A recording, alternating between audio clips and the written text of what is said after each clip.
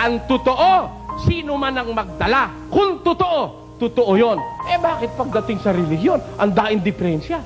Ganyan na nangyayari sa atin sa relihiyon Kanya-kanya tayong opinion Kailangan, para mawala yan, basahin mo!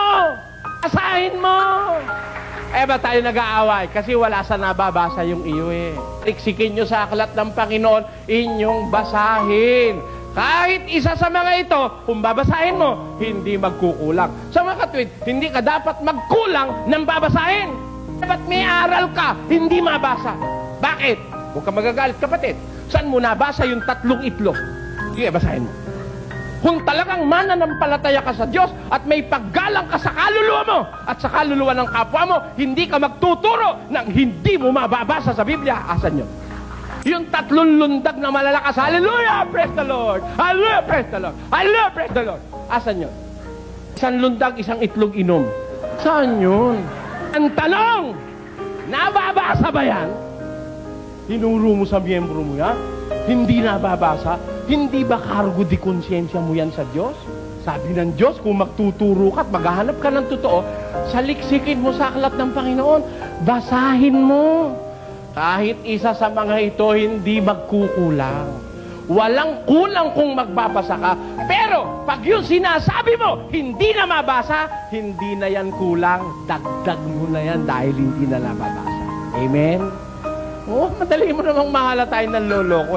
Pag hindi mabasa, dagdag. Bakit ho natin masasabi na pag hindi nabasa, dagdag? Bakit? Basa. Tanyo? Ako puro basa Ang mga bagay ng ito, mga kapatid, ay inianyo ko sa halimbawa sa aking sarili at kay Apolos dahil sa inyo. Upang sa amin ay matuto kayo na huwag magsigigit sa mga bagay na nakasusulat. Ano matututunan natin? Dapat kung matututo rin lang tayo, huwag hihigit sa mga bagay na nasusulat. Pag humigit sa bagay na nasusulat, kaninong aral yon? Apostoliko pa ba o hindi na? Kasi yun sa mga apostol, nakasulat natin. Walang aral si Jesus na hindi ipinasulat. Pakinggan nyo, 14:37 ng unang Korinto. Kung iniisip ninyo man na siya'y propeta o ayon sa Espiritu, ay kilalanin niya ang mga bagay na sa inyo'y isinusulat ko na pawang utos ng Panginoon. Ikilalanin nyo yung mga bagay na isinusulat ko, pawang utos ng Panginoon. Kaya nakasulat, yun ang iniutos ng Diyos isulat. Kaya hindi nakasulat, ayaw ng Diyos ipasulat. Amen? At kung ayaw ng Diyos ipasulat, dahil hindi nakasulat, hindi dapat maging bahagi ng matututunan natin sa pananampalataya. Payag ho kayo na kailangan ng matututunan natin sa pananampalataya, nakasulat. Miski ako kapatid, di kita kayang lukuhin. Pag hindi nakasulat, sabi ni Pablo, Datapwat kagimat kami o isang anghel na mula sa langit ang mangaral sa inyo ng anumang ebanghelyo na iba sa aming ipinangangaral sa inyo ay matakwil. anghel man ang mangaral. Dito sa atin sa Pilipinas, may anghel galing sa Taguig.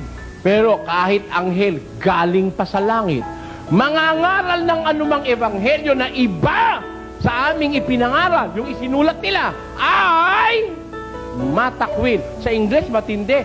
Let him be accursed. Sumpain siya. Kayo yata, hindi nyo sinusumpa yung mga nangangaral ng wala sa nakasulat Pinapapasok nyo pa sa bahay nyo, binibigyan nyo pa ng pera Sumpain nyo. Utos yun Yun ang sabi ng Diyos Sino kung gusto mong paniwalaan? Yung pastor o yung Diyos? Ako naman maniwala sa Diyos Sinabi na ng Diyos, sumpain mo Ayaw mo? Hindi ka makadiyos. Makapastor ka. Kung makadiyos ka, susunod ka, na pag nangaral sa'yo, hindi kayang patunayang nasa Biblia, inimbento lang niya, sumpain siya. Sabi ng Diyos. Kaya maraming naloloko, imbis na sumpain, pinapakain mo pa